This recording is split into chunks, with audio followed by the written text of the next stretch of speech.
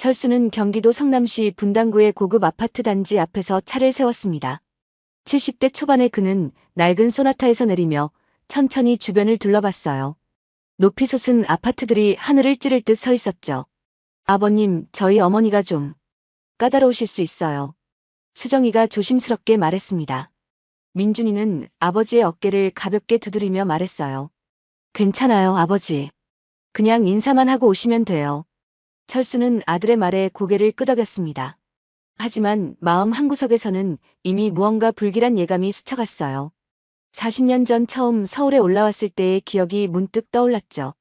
그때도 이런 높은 건물들 앞에서 한없이 작아졌던 자신을 기억했습니다. 엘리베이터를 타고 20층에 도착했을 때 화려한 현관문이 그들을 맞았어요. 문패에는 박정혜 가라고 금으로 새겨져 있었습니다. 철수는 속으로 씁쓸하게 웃었어요. 요즘 사람들은 참 화려하게 사는구나 싶었죠. 초인종을 누르자 곧 문이 열렸습니다. 50대 후반의 여자가 나타났어요. 박정혜 여사는 명품 한복을 입고 있었습니다. 목에는 굵은 금목걸이가 번쩍이고 있었어요. 그녀의 첫 시선은 철수의 낡은 정장과 구두에 머물렀죠. 어머, 이분이 사돈 어른이시군요. 박정희의 말투에는 은근한 경멸이 묻어 있었습니다. 좀 더 좋은 옷을 입고 오시지 그랬어요. 우리 동네는 좀 까다롭거든요.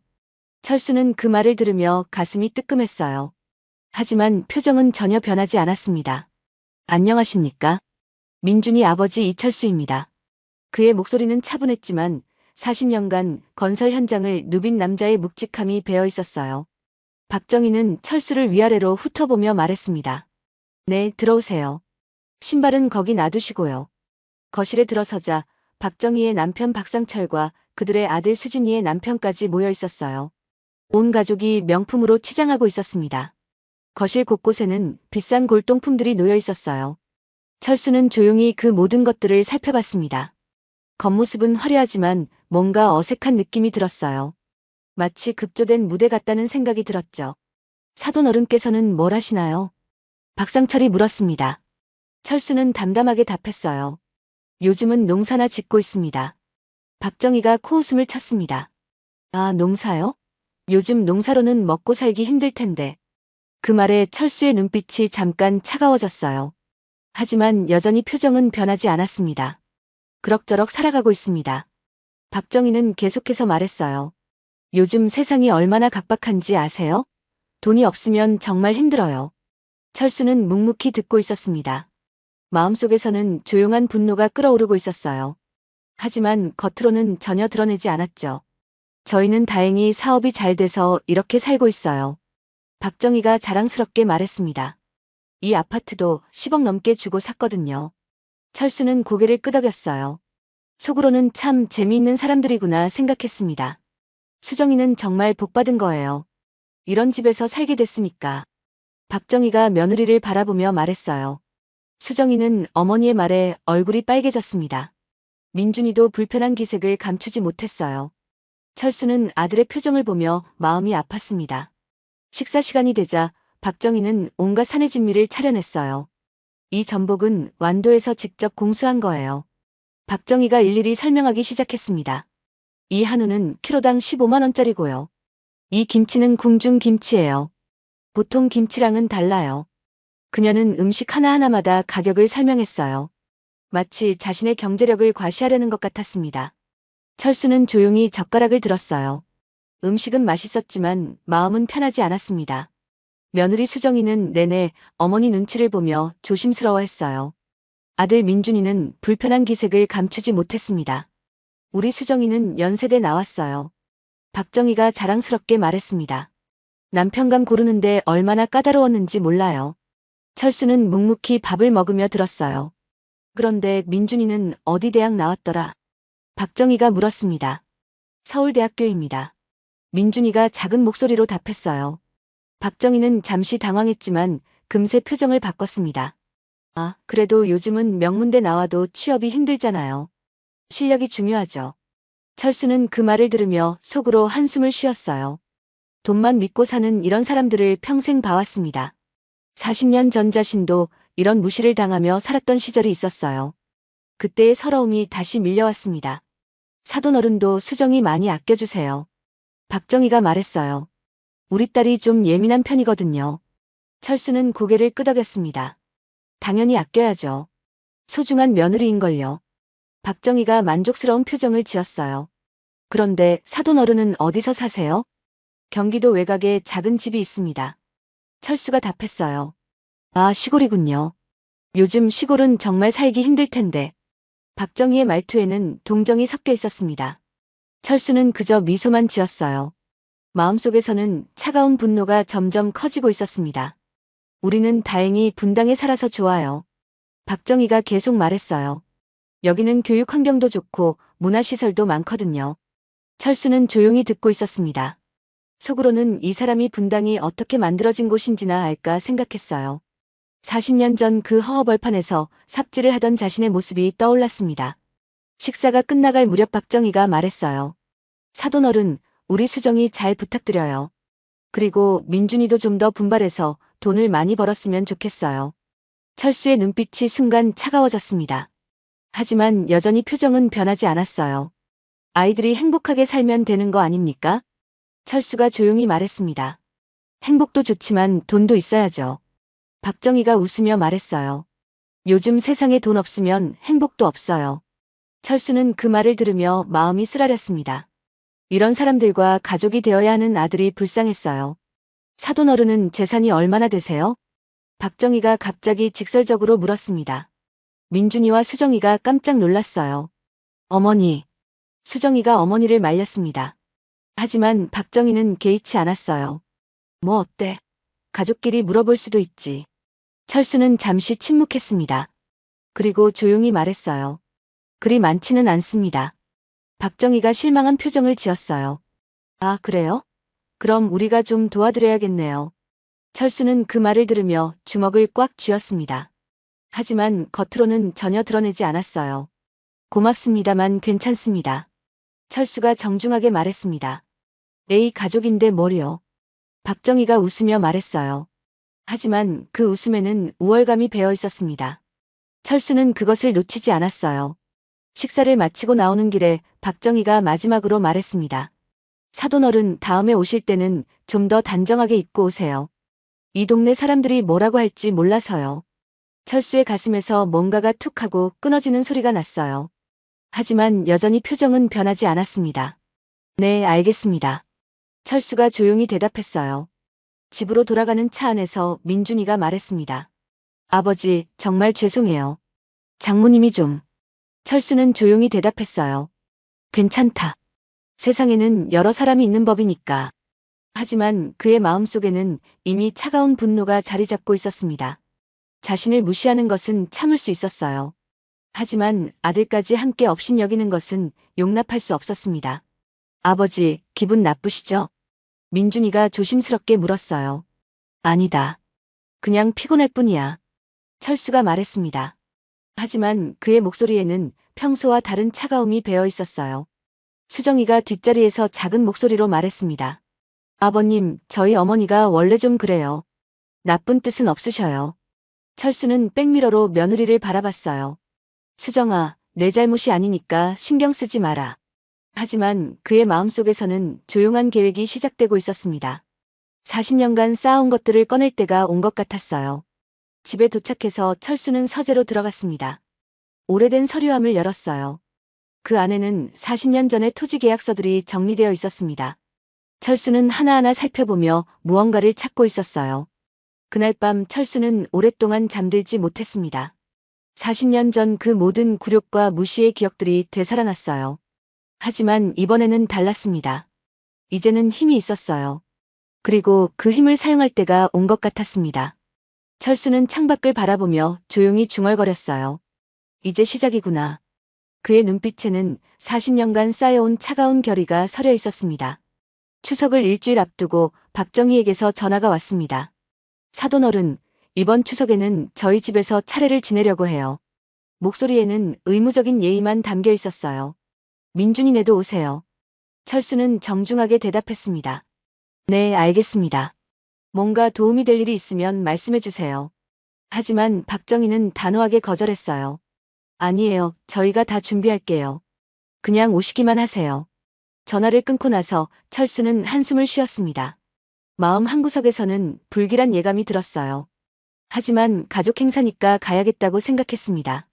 추석 당일 아침, 철수는 일찍 일어났어요. 고향에서 직접 딴 사과 한 상자를 차에 실었습니다. 조상님께 올리려고 정성껏 골라온 것들이었어요. 사과 하나하나가 탐스럽고 향기로웠습니다. 철수는 사과를 보며 옛날을 생각했어요. 어린 시절 할아버지께서 차례상에 올리시던 정성이 떠올랐습니다. 분당 아파트에 도착했을 때는 오전 10시였어요. 민준이와 수정이는 일찍 와서 차례 준비를 돕고 있었습니다. 박정희는 명품 한복을 입고 마치 제사장처럼 분주하게 움직이고 있었어요. 사돈어른 오셨군요. 박정희가 철수를 맞으며 말했습니다. 근데 그 사과는 뭐예요? 철수가 들고 온 상자를 보며 물었어요. 고향에서 직접 딴 사과입니다. 조상님께 올리려고. 철수가 정중하게 설명했습니다. 아이고 됐어요. 박정희가 손사래를 치며 말했어요. 저희는 백화점에서 산 고급 과일만 써요. 그건 그냥 주방에 놔두세요. 철수의 얼굴이 순간 굳어졌습니다. 하지만 아무 말 하지 않았어요. 그저 조용히 사과 상자를 주방 한구석에 놓았습니다. 마음속에서는 서운함이 밀려왔어요. 하지만 참기로 했습니다. 차례상을 보니 온갖 비싼 음식들이 가득했어요. 박정희는 일일이 설명하기 시작했습니다. 이 갈비는 kg당 8만 원짜리예요. 이 생선은 제주도에서 공수한 거고요. 이 과일들은 모두 백화점 특별 주문한 거예요. 마치 돈 자랑을 하는 것 같았습니다. 철수는 그 모습을 보며 마음이 씁쓸했어요. 차례란 조상님께 정성을 올리는 것인데 이렇게 가격만 자랑해도 되는 건가 싶었습니다. 우리 조상님들이 이런 좋은 음식 드시면 좋아하실 거예요. 박정희가 만족스러운 표정으로 말했어요. 차례를 지내는 동안 박정희는 계속해서 지시를 내렸습니다. 민준아, 절은 제대로 해. 우리 조상님들이 보고 계셔. 수정아, 향 좀 더 피워. 하지만 철수에게는 한마디 말도 건네지 않았어요. 마치 그가 거기 없는 사람인 양 취급했습니다. 철수는 그 모든 것을 지켜보며 참고 있었어요. 하지만 마음속에서는 분노가 조금씩 쌓여가고 있었습니다. 차례가 끝나고 나서 박정희의 친척들이 몰려왔어요. 그들은 모두 비슷한 부류였습니다. 명품으로 치장하고 돈 이야기만 하는 사람들이었어요. 요즘 강남 아파트값이 얼마나 올랐는지 아세요? 박정희의 언니가 말했습니다. 우리 아들 사업이 너무 잘 돼서 고민이에요. 박정희의 동생이 자랑했어요. 철수는 구석에 앉아 조용히 식사를 했습니다. 그들의 대화를 들으며 한숨만 나왔어요. 돈. 그들의 입에서는 돈 이야기만 나왔습니다. 그런데 저분은 누구세요? 박정희의 동생이 철수를 가리키며 물었어요. 아, 우리 사위 아버지예요. 시골에서 농사 짓는 분이에요. 박정희가 대수롭지 않게 대답했습니다. 아, 그래요? 요즘 농사로는 힘들겠네요. 박정희의 동생이 동정하는 듯한 표정을 지었어요. 철수는 묵묵히 고개만 끄덕였습니다. 마음속에서는 화가 치밀어 올랐어요. 하지만 꾹 참았습니다. 농사는 참 힘든 일이에요. 날씨도 봐야 하고. 박정희의 언니가 말했어요. 그래도 건강에는 좋을 것 같아요. 철수는 그들의 대화를 들으며 속으로 쓴웃음을 지었습니다. 이 사람들이 농사가 얼마나 힘든 일인지나 알까 싶었어요. 그리고 자신이 농사만 짓는 사람이 아니라는 것도 모르고 있었습니다. 식사가 한창일 때였어요. 민준이가 물을 따르려다 실수로 박정희의 한복에 몇 방울을 흘렸습니다. 어머, 뭐 하는 거야? 박정희가 갑자기 소리를 질렀어요. 거실이 순식간에 조용해졌습니다. 이 한복이 얼마인 줄 알아? 300만 원짜리라고. 박정희의 목소리가 점점 커졌어요. 죄송해요, 어머니. 제가 실수를. 민준이가 당황하며 사과했습니다. 하지만 박정희는 화가 나서 어쩔 줄 몰라 했어요. 정말 가정교육이 안 됐네. 박정희가 차가운 목소리로 말했습니다. 아버지한테 제대로 배우지 못한 게 분명해. 그 순간 철수의 눈빛이 변했어요. 하지만 여전히 아무 말 하지 않았습니다. 민준이의 얼굴이 창백해졌어요. 어머니, 그건 너무하세요. 수정이가 어머니를 말렸습니다. 하지만 박정희는 멈추지 않았어요. 너무하긴 뭐가 너무해. 박정희가 소리쳤습니다. 실수했으면 실수한 만큼 책임져야지. 그때 박정희는 물컵을 집어들었어요. 철수가 순간 불길한 예감이 들었습니다. 하지만 막을 수는 없었어요. 박정희가 민준이의 얼굴에 물을 확 끼얹었습니다. 가난뱅이 주제에 감히 우리 집에서 이래? 그 순간 거실의 공기가 얼어붙었어요. 민준이는 얼굴에 물을 맞은 채 멍하니 서 있었습니다. 물방울이 얼굴에서 뚝뚝 떨어졌어요. 수정이가 깜짝 놀라 어머니를 말리려 했습니다. 어머니, 그러시면 안 돼요. 하지만 박정희는 멈추지 않았어요. 너희 아버지가 뭘 가졌길래 이렇게 건방져? 박정희의 목소리가 거실에 울려 퍼졌습니다. 시골 농사꾼 주제에. 그 말이 끝나는 순간 철수가 천천히 일어났어요. 그의 눈빛이 차갑게 변했습니다. 40년간 억눌러온 분노가 마침내 터져나오려 했어요. 하지만 철수는 그것을 꾹 눌러 참았습니다. 민준아, 집에 가자. 철수의 목소리는 차분했습니다. 하지만 그 안에는 얼음같이 찬 분노가 끓고 있었어요. 사돈어른, 오해하지 마세요. 박정희가 급하게 변명하려 했습니다. 저도 화가 나서. 하지만 철수는 이미 현관문을 향해 걸어가고 있었어요. 민준이와 수정이가 황급히 뒤따랐습니다. 박정희의 친척들은 그 광경을 어리둥절하게 지켜봤어요. 어머니, 너무하셨어요. 수정이가 어머니를 원망하는 목소리로 말했습니다. 뭐가 너무해? 실수한 건 사실이잖아. 박정희가 여전히 화를 내고 있었어요. 하지만 그녀의 목소리에는 조금의 당황도 섞여 있었습니다. 차 안에서 민준이가 떨리는 목소리로 말했어요. 아버지, 정말 죄송해요. 제가 잘못해서. 철수는 조용히 대답했습니다. 내 잘못이 아니다. 하지만 그의 목소리에는 평소와 다른 차가움이 배어 있었어요. 그리고 앞으로는 저런 곳에 가지 마라. 수정이가 뒷자리에서 흐느끼고 있었습니다. 아버님, 정말 죄송해요. 어머니가 원래 그런 분이 아닌데. 철수는 백미러로 며느리를 바라봤어요. 수정아, 내 잘못이 아니니까 울지 마라. 하지만 그의 마음속에서는 차가운 계획이 세워지고 있었습니다. 40년간 참아왔지만 이제는 더 이상 참을 수 없었어요. 자신을 무시하는 것은 견딜 수 있었습니다. 하지만 아들까지 모욕하는 것은 용서할 수 없었어요. 집에 도착한 철수는 곧바로 서재로 들어갔습니다. 오래된 서류함을 열었어요. 그 안에는 40년 전의 토지 계약서들이 차곡차곡 정리되어 있었습니다. 철수는 하나하나 살펴보며 무언가를 찾고 있었어요. 손가락이 한 장의 계약서에서 멈췄습니다. 분당 지역의 토지 계약서였어요. 철수의 입가에 차가운 미소가 스쳤습니다. 찾았다. 그가 작은 목소리로 중얼거렸어요. 그 계약서에는 박정희 가족이 살고 있는 땅의 진짜 주인이 누구인지 적혀 있었습니다. 철수는 계약서를 자세히 들여다봤어요. 40년 전 자신이 그 땅을 샀을 때의 기억이 되살아났습니다. 당시만 해도 그곳은 허허벌판이었어요. 아무도 거들떠보지 않는 야산과 농지였습니다. 하지만 철수는 그 땅의 가능성을 보았어요.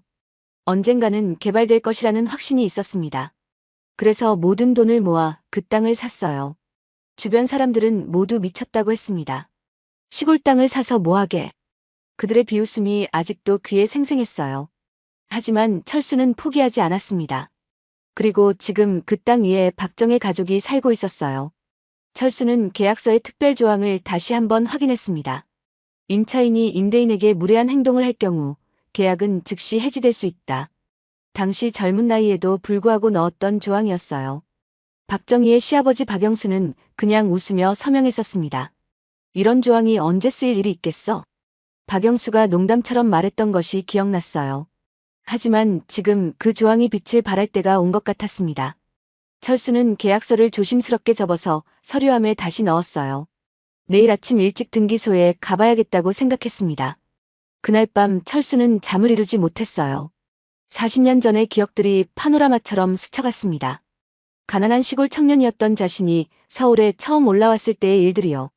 무시당하고 천대받으며 살았던 그 시절의 아픔이 되살아났어요. 하지만 이제는 달랐습니다. 이제는 힘이 있었어요. 그리고 그 힘을 사용할 때가 온 것 같았습니다. 철수는 창밖을 바라보며 조용히 중얼거렸어요.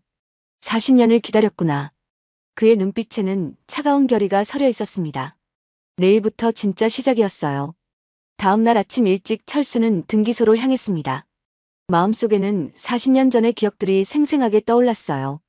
1980년대 초 그는 시골에서 올라온 20살의 청년이었습니다. 주머니에는 고작 10,000원이 전부였어요. 하룻밤 잘 곳도 없었습니다. 서울역에서 내려서 어디로 가야 할지 몰라 헤맸던 기억이 났어요. 그때 처음 일을 시작한 곳이 바로 성남시 분당 지역이었습니다. 당시만 해도 그곳은 허허벌판이었어요. 논밭과 야산뿐이었던 그 땅에서 철수는 막노동부터 시작했습니다. 하루 품삯이 겨우 1,000원이었어요. 그것도 날씨가 좋을 때만 일할 수 있었습니다. 비가 오거나 눈이 오면 일당을 받을 수 없었어요. 그런 날에는 굶어야 했습니다. 철수야, 이 땅이 언젠가는 금덩어리가 될 거야. 당시 건설회사 사장이었던 김 회장이 말했었어요. 지금은 헐값이지만 10년 후, 20년 후를 보고 투자해야 해. 김 회장은 철수를 아꼈습니다. 다른 일꾼들과는 달리 철수는 성실하고 똑똑했어요. 너는 평생 막노동만 할 사람이 아니야. 김 회장이 철수에게 자주 말했었습니다. 공부도 하고 세상 돌아가는 것도 배워라. 철수는 그 말을 듣고 월급을 모아 조금씩 땅을 사기 시작했어요. 분당 지역의 야산과 농지를 헐값에 매입했습니다. 주변 사람들은 모두 미쳤다고 했어요. 시골 땅을 사서 뭐하게? 돈만 날리는 거야. 동료 일꾼들이 비웃었습니다. 그 돈으로 술이나 마시지. 하지만 철수는 포기하지 않았어요. 낮에는 건설 현장에서 일하고 밤에는 부동산 공부를 했습니다. 도서관에 가서 토지 관련 책들을 읽었어요. 토지 대장을 보는 법부터 등기 절차까지 모든 것을 익혔습니다. 한글도 제대로 모르던 시골 청년이 스스로 공부해가며 배웠어요. 공부가 이렇게 재미있는 줄 몰랐네. 철수는 밤새 책을 읽으며 중얼거리곤 했습니다. 특히 부동산 관련 법률에 관심이 많았어요. 어떻게 하면 합법적으로 땅을 지킬 수 있는지 연구했습니다. 그러던 중 1990년대에 들어서자 분당 신도시 개발 계획이 발표됐어요. 철수가 사둔 땅들이 갑자기 황금 땅이 됐습니다. 하루아침에 수십 배의 가치로 뛰어올랐어요. 주변 사람들이 놀라워했습니다. 철수가 대박 났다더라. 어떻게 그런 걸 미리 알았을까? 하지만 철수는 성급하게 팔지 않았어요. 더 큰 그림을 그리고 있었습니다. 그는 땅을 팔아서 번 돈으로 건설회사를 차렸어요. 처음에는 작은 회사였지만 실력과 신뢰를 바탕으로 점점 커져갔습니다. 철수는 돈을 벌어도 겸손했어요. 화려한 생활 대신 검소한 삶을 택했습니다. 돈이 있어도 마음가짐은 변하면 안 돼. 철수가 자주 하는 말이었어요. 2000년대에는 중견 건설회사의 회장이 됐습니다.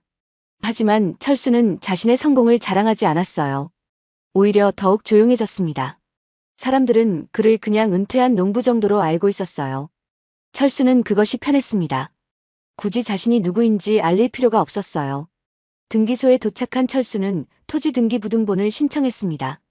박정의 가족이 살고 있는 분당 아파트 부지의 등기부였어요. 담당 직원이 서류를 건네주며 말했습니다. 이 땅 주인이 누구신지 아세요? 철수는 조용히 미소 지었어요.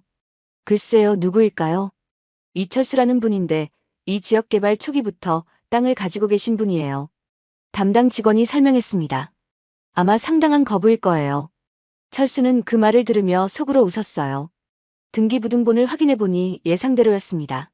박정의 가족이 살고 있는 아파트 부지의 진짜 소유주는 여전히 자신이었어요. 40년 전 박정희의 시아버지 박영수에게 임대한 계약이 그대로 유효했습니다. 하지만 박영수가 죽으면서 상속 과정에서 실수가 있었어요. 토지 소유권은 여전히 철수에게 있었던 것입니다. 40년 전부터 기다려왔구나. 철수는 중얼거렸어요. 그동안 그는 임대료도 받지 않았습니다. 그냥 잊고 지냈던 것이었어요. 하지만 이제는 달랐습니다. 등기소를 나온 철수는 휴대폰을 꺼내 오래된 번호로 전화를 걸었어요. 여보세요, 김 변호사님? 저 이철수입니다. 오랜만이죠. 좀 만나 뵙고 싶은 일이 있습니다. 김 변호사는 이철수와 40년 지기 친구였어요. 동네 법무사에서 시작해서 지금은 대형 로펌의 대표가 된 인물이었습니다. 철수 형님, 무슨 일이세요? 김 변호사의 목소리에 반가움이 묻어났어요. 토지 소유권 관련해서 상담받고 싶습니다. 철수의 목소리가 차가워졌어요. 그리고 계약 해지 절차도 알아봐야겠어요. 김 변호사는 순간 긴장했습니다. 철수가 이런 일로 연락한 것은 처음이었어요. 네, 언제 뵐까요? 지금 당장 가능한가요? 철수가 물었습니다. 네, 물론입니다. 바로 오세요. 1시간 후 철수는 강남의 고층 빌딩에 위치한 법무법인을 찾았어요. 40년 전 동네에서 만난 그 젊은 법무사가 이제는 수백 명의 변호사를 거느리는 대표가 되어 있었습니다. 형님, 정말 오랜만이네요. 김 변호사가 반갑게 맞았어요. 그런데 무슨 일로 오셨나요? 철수는 조용히 토지등기부등본과 40년 전 계약서를 꺼내 놓았습니다. 김 변호사는 서류를 자세히 살펴보더니 놀란 표정을 지었어요. 이게 정말 형님 소유 땅인가요? 분당 이 지역이면 40년 전에 산 땅이야. 그때는 허허벌판이었지. 철수가 담담하게 말했어요. 김 변호사는 계산기를 두드리며 중얼거렸습니다. 현재 시세로 보면 수백억 원은 될 텐데요. 그런데 왜 지금에서야 이 땅을 찾으시는 거예요? 철수는 며칠 전 있었던 일을 간단히 설명했어요. 추석날 박정희가 민준이에게 물을 끼얹고 한 말들을 들려줬습니다. 김 변호사의 표정이 점점 진지해졌어요. 그런 일이 있었군요. 계약서를 보니 임대 조건이 특이하네요. 김 변호사가 계약서의 특별 조항을 가리켰어요. 이 조항대로라면 즉시 계약 해지가 가능합니다. 그럼 그 사람들을 내보낼 수 있다는 말인가? 철수가 물었어요. 법적으로는 가능합니다. 김 변호사가 신중하게 말했습니다. 하지만 절차가 복잡할 것 같아요. 40년간 거주한 사실이 있고 선의의 점유자로 볼 여지도 있고. 철수는 조용히 물었어요. 내가 누군지 기억하나? 김 변호사가 순간 당황했습니다. 형님이 설마 대한건설 이철수야. 철수가 조용히 말했어요. 예전에 형편이 어려울 때 도와준 거 기억하지? 김 변호사의 얼굴이 창백해졌어요. 형님, 정말 죄송합니다. 몰라 뵙고. 20년 전 김 변호사가 어려울 때 철수가 도움을 준 적이 있었습니다. 그때 철수는 이미 성공한 사업가였지만 옛 친구를 잊지 않았어요. 됐고, 이 일 깔끔하게 처리할 수 있겠나? 철수의 목소리에는 40년간 쌓아온 권위가 묻어났어요. 네, 물론입니다. 김 변호사가 급하게 대답했습니다. 하지만 상대방이 순순히 응하지 않을 수도 있어요. 그럼 어떻게 되는 거야? 강제 집행도 가능합니다. 김 변호사가 설명했어요. 다만 사회적 파장이 클 수 있어요. 그들이 어떤 사람들인지 조사해봐야겠어. 철수가 말했습니다. 김 변호사는 고개를 끄덕였어요. 조사는 내가 할게. 자네는 법적 절차만 준비해둬. 철수가 일어서며 말했습니다. 그리고 이 일은 조용히 진행하자. 법무법인을 나온 철수는 곧바로 다른 일을 시작했어요. 그 다음 주 동안 철수는 조용히 박정희 가족에 대해 조사를 시작했습니다. 40년간 쌓아온 인맥을 동원했어요. 건설업계, 부동산업계, 금융업계의 지인들에게 하나씩 물어봤습니다. 박상철이라는 사람 아나? 분당에 사는. 아, 그 사람요? 몇 년 전 사업 말아먹은 사람 아닌가요? 한 부동산업계 지인이 말했어요. 며칠 후 놀라운 사실들이 드러나기 시작했습니다. 박상철은 몇 년 전 사업 실패로 큰 빚을 지고 있었어요. 분당 아파트도 은행 담보로 잡혀있는 상황이었습니다. 빚이 얼마나 되는데? 철수가 물었어요. 한 20억 정도 될걸요. 거의 파산 직전이에요. 은행 관계자가 귀띔해줬습니다. 박정희가 자랑했던 그 모든 명품들과 비싼 음식들은 빚으로 산 것들이었어요. 겉으로는 부유해 보이지만 실제로는 파산 직전의 상황이었습니다. 이 사람들이 바로 허세를 부리는 신흥부유층이군. 철수는 쓸쓸히 웃었어요.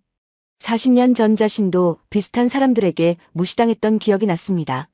더 충격적인 사실도 발견했어요. 박정희가 그토록 자랑했던 분당 아파트 단지는 20년 전 철수의 회사가 건설한 것이었습니다. 당시 철수는 이미 건설업계의 거물이었어요. 참 아이러니하군. 철수는 중얼거렸습니다. 자신이 지은 집에 살면서 자신을 무시한 것이었어요. 세상은 정말 좁았습니다. 건설 당시의 기록을 찾아보니 더 재미있는 사실이 나왔어요. 그 아파트 단지의 설계부터 시공까지 모든 것이 철수의 손을 거쳐간 것이었습니다. 심지어 박정희가 살고 있는 그 집의 평면도도 철수가 직접 검토했던 것이었어요. 내가 지어준 집에서 나를 무시하다니. 철수는 씁쓸하게 웃었습니다. 조사 결과를 정리하며 철수는 마음속으로 결심했어요. 단순히 땅을 되찾는 것으로는 부족했습니다. 그들에게 진짜 교훈을 주어야 했어요. 오만함의 대가가 무엇인지 깨닫게 해주어야 했습니다. 그날 저녁 철수는 민준이에게 전화를 걸었어요. 민준아, 아버지야. 네, 아버지. 무슨 일이세요? 민준이의 목소리에는 여전히 풀이 죽어 있었어요.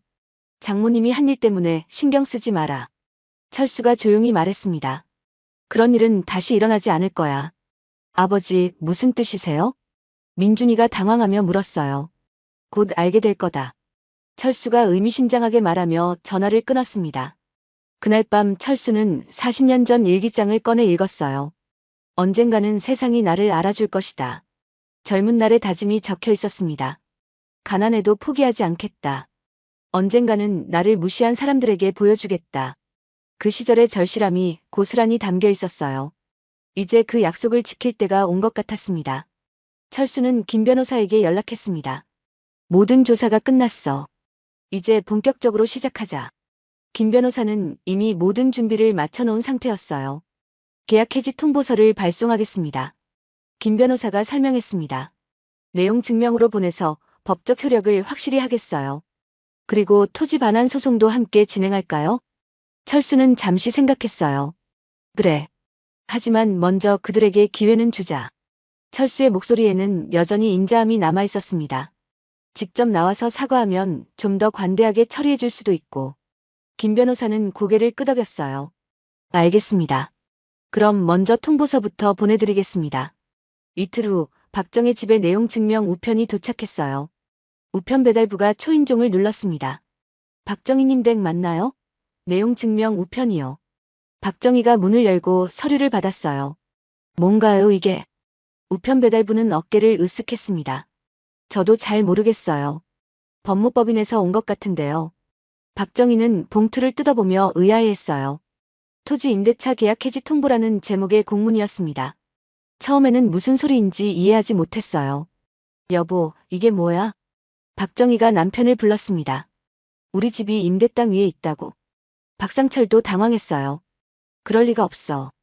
아버지가 물려주신 땅인데. 아버지가 살아계실 때도 그런 얘기 안 했잖아. 박정희가 떨리는 목소리로 말했습니다. 박상철은 급하게 서류를 자세히 읽어봤어요. 거기에는 충격적인 내용이 적혀 있었습니다. 토지 소유자 이철수. 임대기간 1985년 2084년 99년간. 특별조항 임차인의 무례한 행동 시 즉시 해지 가능. 이게 말이 돼? 박상철이 중얼거렸어요. 사돈이 땅 주인이었다고. 박정희의 얼굴이 창백해졌습니다. 그럼 왜 지금까지 임대료를 안 받았는 거야? 그리고 우리한테 왜 말 안 했어? 박상철은 급하게 등기소로 달려갔어요. 토지 등기 부등본을 확인하러 갔습니다. 담당 직원이 서류를 건네주며 말했어요. 이 땅 주인이 이철수라는 분이세요. 상당한 거부신 것 같은데요? 박상철의 다리가 후들거렸습니다. 충격적인 사실이 드러났어요. 그들이 40년간 살아온 땅의 진짜 주인은 이철수였던 것입니다. 집으로 돌아온 박상철은 아버지의 유품을 뒤져봤어요. 40년 전 계약서를 찾아냈습니다. 계약서에는 분명히 써 있었어요. 임차인이 임대인에게 무례한 행동을 할 경우 계약 즉시 해지 가능. 이런 조항이 있었네. 박상철의 얼굴이 창백해졌어요. 추석날 박정희가 민준이에게 물을 끼얹고 한 행동들이 모두 떠올랐습니다. 가난뱅이 주제에 감히 우리 집에서 이래? 그때 했던 말들이 귀에 생생했어요.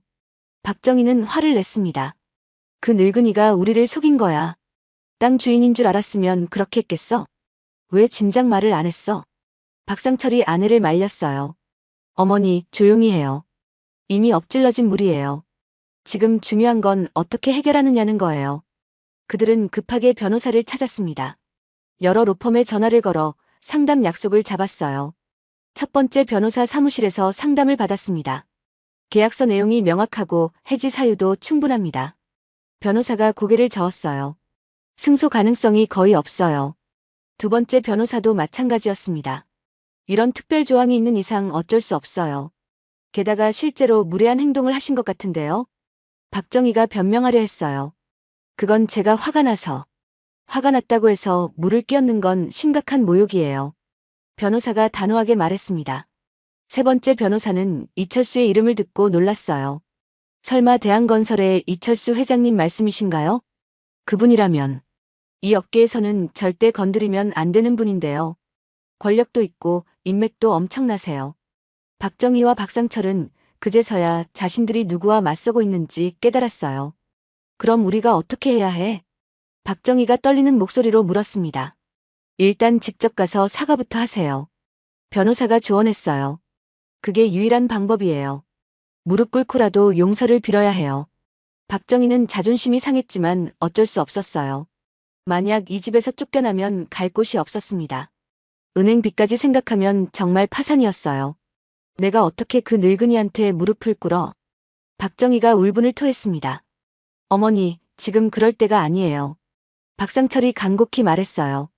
우리가 잘못한 거라고요. 다음 날 박정희와 박상철은 이철수의 집을 찾아갔어요. 경기도 외곽의 전원주택은 소박해 보였습니다. 하지만 부지는 엄청나게 넓었어요. 주변 전체가 이철수의 땅인 것 같았습니다. 이 집도 엄청 크네. 박상철이 중얼거렸어요. 우리가 잘못 봤나 봐. 대문에서 인터폰을 눌렀습니다. 잠시 후 이철수가 직접 나왔어요. 무슨 일로 오셨나요? 그의 목소리는 차가웠습니다. 평소의 인자한 모습은 온데간데 없었어요. 박정희는 무릎을 꿇고 빌기 시작했어요. 사돈어른, 제가 잘못했습니다. 정말 죄송합니다. 제발 한 번만 용서해 주세요. 눈물까지 흘리며 애원했습니다. 하지만 이철수의 표정은 변하지 않았어요. 40년 전에 저도 이런 굴욕을 당해봤습니다. 이철수가 조용히 말했어요. 그때는 참았지만 이제는 아닙니다. 특히 제 아들까지 모욕한 것은 용서할 수 없어요. 박상철도 함께 빌었습니다. 제발요, 사돈어른.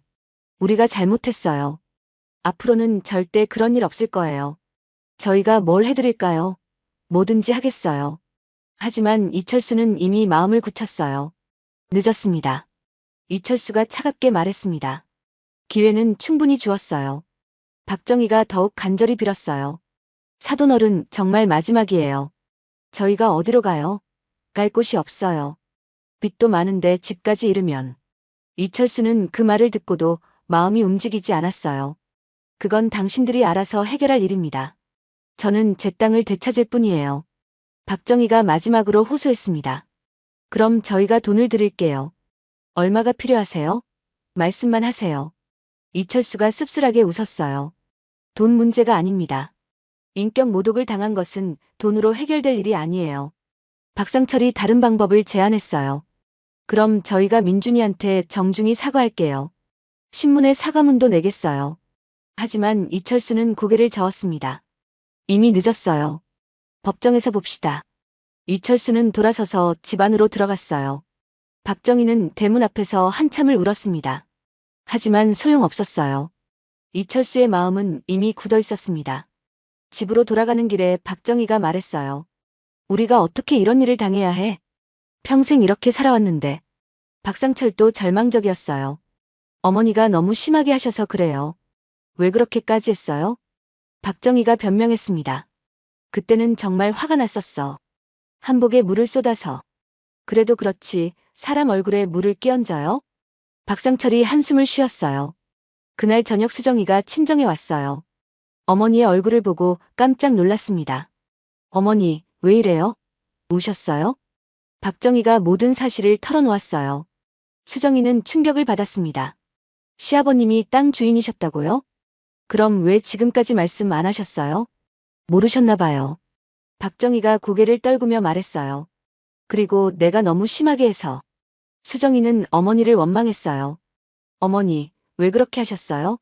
시아버님이 얼마나 좋은 분인데요. 민준이한테도 왜 그렇게 했어요? 박정희는 후회하고 있었습니다. 그때는 정말 화가 나서. 이럴 줄 알았으면 그러지 않았을 텐데. 하지만 이미 돌이킬 수 없었어요. 수정이는 민준이에게 전화를 걸었습니다. 여보, 나 엄마한테 와 있어. 시아버님 일 때문에 얘기 좀 하자. 민준이가 급하게 달려왔어요. 상황을 듣고 나서 민준이도 충격을 받았습니다. 아버지가 그런 분이셨구나. 그런데 왜 말씀 안 하셨을까? 수정이가 남편을 바라봤어요. 우리가 몰랐던 거겠지. 시아버님은 원래 말씀이 없으신 분이잖아. 민준이는 장모를 바라봤습니다. 어머니, 아버지한테 사과하셨어요? 응, 무릎 꿇고 빌었는데 소용없었어. 박정희가 눈물을 흘렸어요. 민준이는 한숨을 쉬었습니다. 어머니가 너무 심하게 하셔서 아버지 마음이 상하셨을 거예요. 그날 밤 박정의 가족은 잠을 이루지 못했어요. 앞으로 어떻게 될지 막막했습니다. 40년간 살아온 집에서 쫓겨날 위기에 처했어요. 박정희는 이불을 뒤집어 쓰고 울었습니다. 내가 왜 그랬을까? 괜히 건드린 것 같아. 하지만 이제 와서 후회해도 소용없었어요. 이철수의 마음은 이미 돌이킬 수 없을 만큼 상해 있었습니다. 법정 공방이 시작됐습니다. 박정의 가족은 마지막 희망을 걸고 변호사를 선임했어요. 하지만 결과는 뻔했습니다. 이철수 측은 40년 전 계약서와 명확한 해지 사유를 제시했어요. 박정희 측은 변변한 반박도 하지 못했습니다. 첫 번째 재판날이었어요. 박정희는 떨리는 마음으로 법정에 들어섰습니다. 이철수는 이미 자리에 앉아 있었어요. 그의 옆에는 김 변호사와 다른 변호사들이 함께 있었습니다. 원고 측에서 주장하시기 바랍니다. 판사가 말했어요. 김 변호사가 일어서서 차근차근 설명하기 시작했습니다. 1985년 체결된 토지 임대차 계약서를 보시면 피고 측이 특별조항을 위반한 것이 명확합니다. 계약서와 관련 증거들이 법정에 제출됐어요. 모든 것이 완벽하게 준비되어 있었습니다. 박정희 측 변호사가 반박했어요. 40년간 거주한 사실을 고려해야 합니다. 그리고 피고는 선의의 점유자입니다. 하지만 김 변호사는 논리적으로 반박했습니다. 계약서에 명시된 조항을 위반한 것은 명백합니다. 선이든 악이든 계약 위반 사실은 변하지 않습니다. 판사가 박정희에게 물었어요. 피고는 실제로 물을 끼얹는 행위를 했습니까? 박정희는 대답하기 어려웠습니다. 그때는 화가 나서. 네, 아니오로 대답해 주십시오. 판사가 다시 물었어요. 네, 했습니다. 박정희가 작은 목소리로 인정했습니다. 그리고 가난뱅이 주제라는 말도 했습니까? 네, 했습니다. 박정희의 목소리가 점점 작아졌어요. 판사는 고개를 끄덕였습니다. 사실관계가 명확하군요. 이철수는 법정에서 조용히 지켜보고 있었어요. 40년간 참아온 모든 것이 이 순간에 결정되는 것 같았습니다. 재판은 빠르게 진행됐어요. 증거가 너무 명확했기 때문이었습니다. 박정희 측에서는 더 이상 변명할 거리가 없었어요. 피고는 30일 이내에 해당 토지를 비우고 반환하라. 판사의 판결이 떨어졌습니다. 박정희는 법정에서 주저앉았어요. 40년간 살아온 집에서 쫓겨나는 것이었습니다. 어머니. 수정이가 급하게 어머니를 부축했어요. 박상철도 충격을 받았습니다. 이제 정말 끝이구나. 법정을 나오는 길에 박정희가 이철수에게 다가갔어요. 사돈어른 제발. 하지만 이철수는 그녀를 외면했습니다. 김 변호사가 박정희를 막았어요. 이제 법적 절차에 따라 진행될 뿐입니다. 판결 소식은 곧 언론에 알려졌어요. 신흥부유층의 오만이 부른 참사. 40년 만에 복수. 물 한 컵이 부른 20억 손실. 이런 제목으로 기사가 나왔습니다. 박정희 가족은 하루아침에 사회적 조롱거리가 됐어요. 인터넷에는 악플들이 달렸습니다. 돈만 믿고 사람 무시하더니 꼴 좋네. 자업자득이야. 진짜 땅 주인한테 저렇게 하면 어떡해. 박정희는 집에서 나오지 못했어요. 동네 사람들의 시선이 부담스러웠습니다. 저 집 망했다며. 땅 주인한테 잘못했다가 쫓겨난다던데. 수군거리는 소리들이 들려왔어요. 박정희는 커튼을 치고 집에만 있었습니다. 한편 민준이는 아버지를 찾아갔어요. 아버지, 너무 심하게 하시는 거 아닐까요? 철수는 조용히 대답했습니다. 심한 건 내가 당한 모욕이야. 하지만 수정이는 죄가 없잖아요. 민준이가 간곡히 말했어요. 수정이 어머니 때문에 고생하고 있어요. 철수의 마음도 편하지는 않았어요. 하지만 이미 시작된 일이었습니다. 수정이는 현명한 아이야. 철수가 말했어요. 이번 일로 많은 걸 배울 거다. 실제로 수정이는 변해 있었습니다. 어머니의 오만함을 보며 많은 것을 깨달았어요. 어머니가 너무 잘못하셨어요. 수정이가 민준이에게 말했습니다. 시아버님께 정말 죄송해요. 강제 집행 날짜가 정해졌어요. 법원 집행관들이 와서 강제로 이사를 시키는 날이었습니다. 박정희는 그날까지도 기적을 바랐어요. 혹시 사돈어른이 마음을 바꾸시지 않을까? 하지만 현실은 냉정했습니다. 강제 집행 전날 밤이었어요. 박정희는 마지막으로 이철수에게 전화를 걸었습니다. 사돈어른 정말 마지막입니다. 제발 한 번만. 하지만 이철수는 단호했어요. 이미 끝난 일입니다. 더 이상 연락하지 마십시오. 전화가 끊어졌어요. 박정희는 그 순간 모든 것이 끝났다는 걸 깨달았습니다. 강제 집행 당일 아침이었어요. 이사트럭이 아파트 앞에 도착했습니다. 법원 집행관들도 함께 왔어요. 이제 시작하겠습니다. 집행관이 말했어요. 박정희는 마지막까지 저항했습니다. 저는 안 나갈 거예요. 40년을 산 집인데 어떻게 나가요? 하지만 법적 절차는 멈추지 않았어요. 집행관들이 차근차근 짐을 옮기기 시작했습니다. 40년간 모아온 가구들과 명품들이 모두 나갔어요. 박정희가 그토록 자랑했던 골동품들도 트럭에 실렸습니다. 어머니, 이제 그만 가요. 수정이가 어머니의 팔을 잡았어요. 그들이 갈 곳은 박상철의 형이 살고 있는 작은 원룸이었습니다. 분당 고급 아파트와는 하늘과 땅 차이였어요. 이철수는 그날 그 광경을 직접 보러 왔습니다. 40년간 살아온 집에서 쫓겨나는 그들의 모습을 지켜봤어요. 마음 한편으로는 안쓰럽기도 했습니다. 하지만 교훈은 주어야 했어요. 박정희는 마지막으로 이철수를 봤습니다. 사돈어른. 하지만 더 이상 할 말이 없었어요. 자신의 오만함이 가져온 결과였습니다. 이철수는 묵묵히 그 광경을 지켜봤어요. 40년 전 자신이 당했던 굴욕이 떠올랐습니다. 이제야 그 억울함이 풀리는 것 같았어요. 트럭이 떠나고 아파트가 비워졌습니다. 40년간의 역사가 막을 내린 순간이었어요. 이철수는 그 빈 집을 바라보며 중얼거렸습니다. 이제 끝났구나. 하지만 마음이 완전히 시원하지는 않았어요. 복수는 달콤하지만 뒷맛은 쓰다는 말이 맞는 것 같았습니다. 박정희 가족은 작은 원룸으로 이사했어요. 세 가족이 살기에는 너무 좁았습니다. 화장실과 부엌도 제대로 되어 있지 않았어요. 박정희는 그 좁은 방에 앉아 울었습니다. 내가 뭘 잘못했다고 이런 일을 당해야 해. 하지만 아무도 위로해주지 않았어요. 모두 그녀의 잘못이라는 걸 알고 있었습니다. 박상철은 새로운 일자리를 찾아다녔어요. 하지만 나이가 많아서 쉽지 않았습니다. 게다가 파산 소문까지 나서 더욱 어려웠어요. 우리 이제 어떻게 살아? 박정희가 한숨을 쉬었습니다. 수정이가 어머니를 바라봤어요. 어머니, 이제라도 정신 차리세요. 돈이 전부가 아니라는 걸 깨달으셔야 해요. 박정희는 딸의 말을 듣고 반성했습니다. 그동안 자신이 얼마나 오만했는지 깨달았어요. 내가 정말 어리석었구나. 며칠 후 수정이가 시댁을 찾았어요. 이철수에게 직접 사과하려고 했습니다. 아버님, 저희 어머니 대신 사과드려요. 정말 잘못했어요. 철수는 며느리를 보며 마음이 아팠어요. 수정아, 내 잘못이 아니야. 하지만 어머니가 너무 심하게 하셔서. 수정이가 눈물을 흘렸습니다. 철수는 며느리를 위로했어요. 이번 일로 내 어머니도 많이 깨달았을 거야.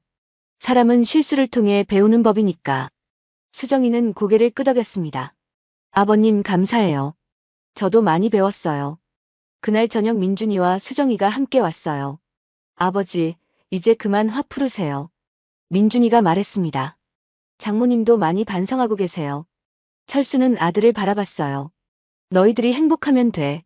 하지만 다시는 그런 모욕을 받아서는 안 된다. 수정이가 시아버지께 절을 했습니다. 아버님, 앞으로는 정말 조심하겠어요. 어머니도 많이 변하셨어요. 철수는 며느리의 진심을 느꼈어요. 마음이 조금씩 풀리기 시작했습니다. 하지만 박정희에 대한 분노는 아직 남아있었어요. 직접 사과를 받기 전까지는 용서할 수 없었습니다. 한 달이 지났어요. 박정희는 원룸에서의 생활에 적응하고 있었습니다. 예전처럼 화려한 생활은 할 수 없었어요. 하지만 오히려 마음은 편해졌습니다. 허세를 부릴 필요가 없어졌으니까요. 정말 바보같이 살았구나. 박정희가 혼자 중얼거렸어요. 돈만 믿고 사람을 무시하다니. 그녀는 이제야 자신의 잘못을 깨달았습니다. 진정한 부자는 마음이 넉넉한 사람이라는 것을요. 철수처럼 조용하지만 깊이 있는 사람이 진짜 부자였어요. 2달이 더 지났습니다. 박정희는 작은 원룸에서의 생활에 완전히 적응했어요. 예전의 오만한 모습은 온데간데 없었습니다. 이제는 겸손하고 조용한 할머니가 되어 있었어요. 어느 날 저녁 박정희가 편지를 썼습니다. 이철수에게 보내는 마지막 편지였어요. 사돈어른께. 편지를 쓰면서 박정희의 눈에 눈물이 고였습니다. 제가 얼마나 어리석었는지 이제야 깨달았습니다. 돈만 믿고 사람을 무시한 저의 죄입니다. 한 글자 한 글자 정성스럽게 썼어요. 깊이 반성하고 있습니다. 비록 용서받을 수는 없겠지만 진심으로 사과드립니다. 편지를 다 쓰고 나서 박정희는 한참을 생각했어요. 이 편지를 보내도 될까 하고요. 하지만 마지막으로 한 번은 진심을 전하고 싶었습니다. 다음날 아침 편지를 우편함에 넣었어요. 이철수는 며칠 후 그 편지를 받았습니다. 편지를 읽으며 철수의 마음이 복잡해졌어요. 박정희의 진심이 느껴졌습니다. 이제야 정신을 차렸구나. 철수는 조용히 중얼거렸어요. 하지만 아직도 마음의 상처가 남아 있었습니다. 40년간 쌓인 상처가 쉽게 아물지 않았어요. 그때 민준이가 찾아왔습니다. 아버지, 장모님 편지 받으셨죠? 네, 받았어. 철수가 담담하게 대답했어요. 아버지, 이제 용서해 주세요. 민준이가 간곡히 부탁했습니다. 장모님이 정말 많이 변하셨어요. 철수는 아들을 바라봤어요. 그래도 한번 상처받은 마음은 쉽게 아물지 않는다. 하지만 아버지도 마음이 편하지 않으시잖아요. 민준이가 말했습니다. 복수는 하셨으니까 이제 그만 화 푸르시면 안 될까요? 철수는 잠시 침묵했어요. 정말로 마음이 편하지 않았습니다. 복수는 달성했지만 기쁘지 않았어요. 오히려 공허함만 남았습니다. 아버지, 수정이가 많이 힘들어해요. 민준이가 계속 말했습니다. 어머니와 아버지 사이에서 고생하고 있어요. 그 말을 들으니 철수의 마음이 아팠어요. 며느리 수정이는 정말 착한 아이였습니다. 어머니 때문에 고생하는 것이 안쓰러웠어요. 알겠다. 생각해보마. 철수가 말했습니다. 며칠 후 수정이가 혼자 찾아왔어요. 눈이 빨갛게 부어 있었습니다. 아버님, 죄송해요. 수정이가 고개를 숙이며 말했습니다. 어머니 때문에 정말 죄송해요. 철수는 며느리를 안치고 차를 끓여줬어요. 수정아, 내 잘못이 아니라고 했잖아. 하지만 어머니가 아버님께. 수정이가 눈물을 흘렸습니다. 저도 어머니한테 많이 실망했어요. 그동안 어머니가 그런 분인 줄 몰랐어요. 철수는 며느리의 마음을 이해했어요. 사람은 누구나 실수를 하는 법이야. 중요한 건 그 실수에서 배우는 거고. 어머니도 이번에 많이 배우셨을 거야. 수정이가 고개를 끄덕였습니다. 네, 정말 많이 변하셨어요. 이제는 예전 같지 않아요. 돈 얘기도 안 하시고 사람들 무시하지도 않으세요. 철수는 그 말을 들으며 조금씩 마음이 풀렸어요. 그래, 그럼 됐다. 아버님, 그럼 어머니를 용서해 주실 수 있나요? 수정이가 조심스럽게 물었습니다. 철수는 잠시 생각했어요. 정말 용서할 수 있을까? 40년간의 상처가 쉽게 아물까? 하지만 며느리의 눈물을 보니 마음이 약해졌습니다. 한번 만나보자. 철수가 말했습니다. 직접 사과를 받아보고 결정하겠다. 수정이의 얼굴이 밝아졌어요. 정말요? 감사해요, 아버님. 며칠 후 박정희가 철수의 집을 찾았습니다. 이번에는 혼자 왔어요. 화려한 옷 대신 수수한 옷차림이었습니다. 예전의 오만한 모습은 전혀 찾아볼 수 없었어요. 사돈어른. 박정희가 조심스럽게 말했습니다. 철수는 그녀를 거실로 안내했어요. 앉으세요. 박정희는 조심스럽게 앉았습니다. 예전처럼 당당하지 못했어요. 사돈어른, 정말 죄송합니다. 박정희가 고개를 숙이며 말했습니다. 제가 정말 어리석었어요. 철수는 묵묵히 듣고 있었어요. 돈만 믿고 사람을 무시했습니다. 특히 민준이한테 그런 일을 해서. 박정희의 목소리가 떨렸어요. 용서해달라고 말씀드릴 자격도 없지만 정말 잘못했다는 말씀은 꼭 드리고 싶었어요. 철수는 그녀의 변화를 느꼈습니다. 예전의 교만한 모습은 완전히 사라졌어요. 이제는 진심으로 반성하는 것 같았습니다.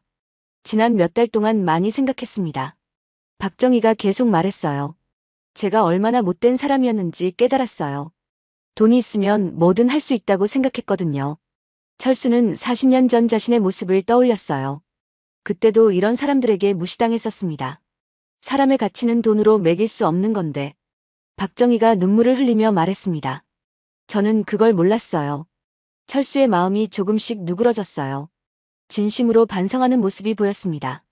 이제 알겠어요. 박정희가 말했습니다. 진짜 부자는 마음이 넉넉한 사람이라는 걸요. 사돈어른 같은 분 말이에요. 철수는 그 말을 들으며 감동했어요. 정말로 깨달은 것 같았습니다. 앞으로는 절대 그런 실수 안 하겠어요. 박정희가 다짐했습니다. 사람을 무시하거나 돈으로 차별하지 않겠어요. 철수는 오랫동안 그녀를 바라봤어요. 진심이 느껴졌습니다. 좋습니다. 철수가 조용히 말했습니다. 용서하겠습니다. 박정희의 얼굴이 환해졌어요. 정말요? 감사합니다. 하지만 조건이 있어요. 철수가 말했습니다. 앞으로는 정말 겸손하게 사세요. 그리고 민준이와 수정이를 잘 돌봐주세요. 박정희가 고개를 끄덕였어요. 네, 꼭 그렇게 하겠어요. 그리고 다른 사람들도 무시하지 마세요. 철수가 덧붙였습니다. 모든 사람은 존중받을 권리가 있어요. 네, 명심하겠습니다. 박정희가 진심으로 대답했습니다. 그날 저녁 민준이와 수정이가 함께 왔어요. 아버지, 장모님과 화해하셨다며요? 민준이가 기뻐하며 말했습니다. 응, 진심으로 반성하는 것 같아서. 철수가 대답했어요. 아버님, 정말 감사해요. 수정이가 눈물을 흘리며 말했습니다. 이제 가족이 다시 화목해질 수 있겠어요. 철수는 아들과 며느리를 보며 흐뭇했어요. 이제야 진짜 가족이 된 것 같았습니다. 몇 주 후 박정희가 다시 찾아왔어요. 이번에는 직접 만든 반찬을 가져왔습니다. 사돈어른, 제가 직접 만든 거예요. 예전에는 비싼 음식만 자랑했는데 이제는 달랐어요. 정성스럽게 만든 소박한 반찬이었습니다. 고맙습니다. 철수가 반찬을 받으며 말했어요. 요즘 어떻게 지내세요? 많이 힘들지만 행복해요. 박정희가 웃으며 말했습니다. 예전보다 마음이 편해졌어요. 철수는 그녀의 변화를 느꼈어요. 정말로 새 사람이 된 것 같았습니다. 허세 부리지 않아도 되니까 좋아요. 박정희가 솔직하게 말했습니다. 그동안 얼마나 피곤하게 살았는지. 철수도 고개를 끄덕였어요. 진짜 부자는 마음이 넉넉한 사람이에요. 돈은 있다가도 없다가도 하지만 마음은 영원하니까요. 박정희가 깊이 공감했습니다. 정말 그래요. 이제야 알겠어요. 그 후로 박정희는 완전히 달라졌어요. 사람들을 무시하지도 않고 돈 자랑도 하지 않았습니다. 오히려 어려운 이웃들을 도우며 살았어요.